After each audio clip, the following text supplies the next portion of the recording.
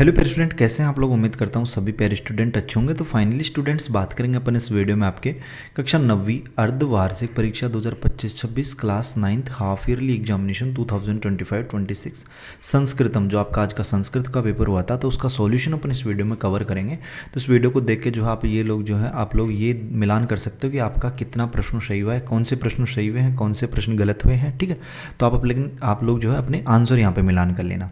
देखिए, आपको पता है कि मैक्सिमम मार्क्स आपके 70 अंक थे। ठीक है, तो यहाँ पे देखो सीधे अपन प्रश्नों की बात करते हैं। देखिएगा किस तरीके से आपके प्रश्न थे।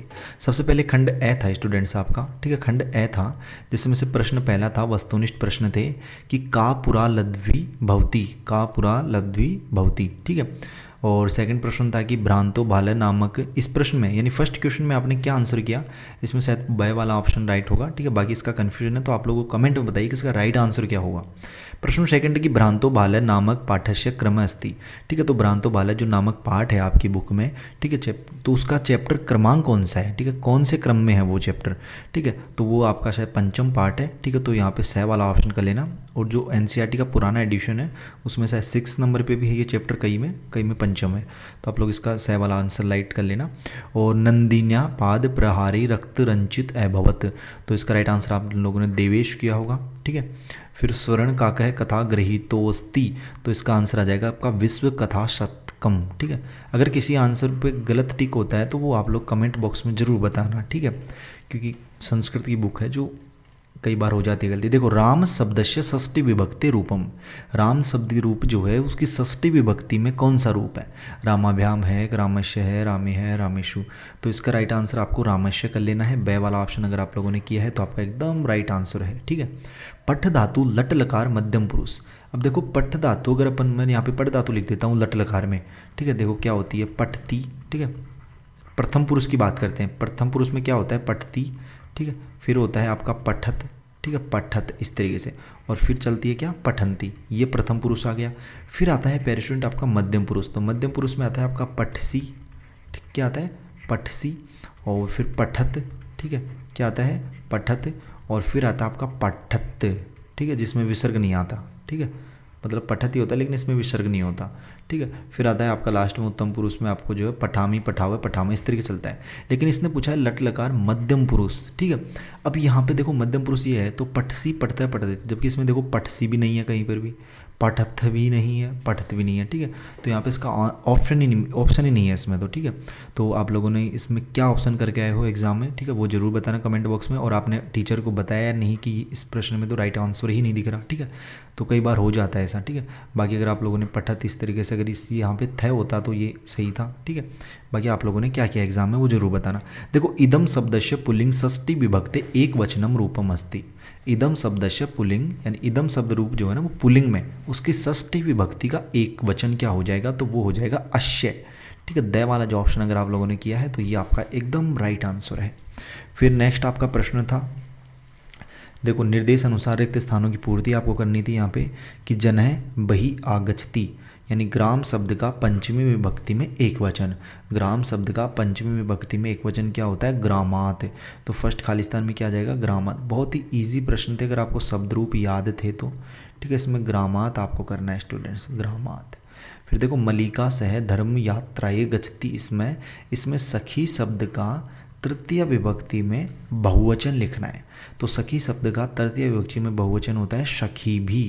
ठीक है, मैं यहाँ पे लिख देता हूँ स, फिर यहाँ पे खी। ठीक है, सखी भी, इस तरीके से। ठीक है, सखी भी जो है ना, ये आपका इसका राइट आंसर होगा। ठीक है, सखी भी। फिर देखो, संस्कृत उपसर्गा संति, संस्कृत में उपसर्ग कितने होते हैं, 22 होते हैं, यानी द्वाविशंति। इसमें क्या आएगा, द्वाविशंति कर लेना।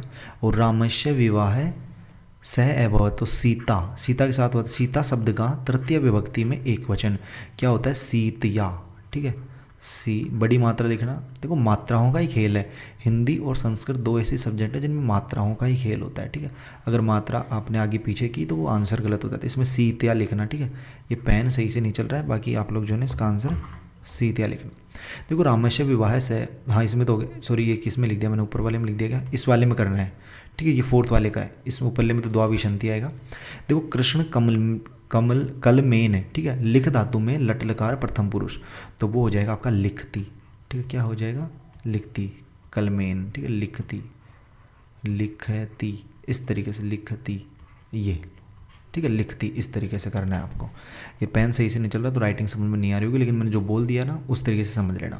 प्रश्न 3 था आपका, अधोलिखित अपठित गद्यांश का पठित्वा एतद्धारित प्रश्नानाम उत्तराणी यथा निर्देशम लिखत। ठीक है, तो इन प्रश्नों को गद्यांश को, मैंने गद्यांश तो आपको बताया था पिछले वीडियोज़ में कि गद्यांश का प्रश्न तो सबसे ईजी होता है। इसमें कुछ नहीं, जैसे इसमें देखो सूर्य प्रातःकाले पूर्वश्य दिशाया बहुत ही, ठीक है, तो इसमें प्रातःकाल के बारे में वर्णन किया गया है, तो इसका समुचित शीर्षक भी आप प्रातःकाल लिख सकते हो यहाँ पे। ठीक है, बाकी और भी लिख सकते हो कि इसमें किस बारे में वर्णन किया गया है, ठीक है, नेचर के बारे में किया गया है, तो आप लोग उसके तरीके से लिख सकते हो। एक पद में उत्तर देना, जैसे सूर्य कदा उदेति, तो इसका आंसर आपको देखो ये कर लेना है। ठीक है, कदा यानी कब उदय होता है, तो इसका प्रातःकाले। ठीक है, सूर्य से प्रातःकाली, सूर्य से प्रकाश अंधकरण अपनयति। ठीक है, तो प्रातःकाल इसका आंसर हो जाएगा। फिर देखो आगे है सूर्य से प्रकाश कम अपनयति। ठीक है, तो इसका आंसर ये लिख लो, सूर्य से प्रकाश अंधकारम अपनयति। ठीक है, ये एक शब्द में, एक पद में ही उत्तर देना है, तो एक पद ये अंधकारम लिखना है। खगा कुत्र कुजंती, तो इसमें देखो खगा कुत्र कुजंती, तो इसमें आ जाएगा वृक्षेषु। बस एक पद में उत्तर देना है, वृक्षेषु। ठीक है, बस जितना पूछा है उतना ही उत्तर दो। ठीक है, आधा आधा मार्क्स मिलेगा इनमें आपको। ठीक है, मतलब टोटल ये 4 है, तो 4 के आपके टोटल 2 नंबर हो गए। तो बहुत ही इजी प्रश्न था स्टूडेंट्स। जैसे पूर्ण वाक्यन, यानी पूर्ण वाक्यन का मतलब है कि एक लाइन में उत्तर दो।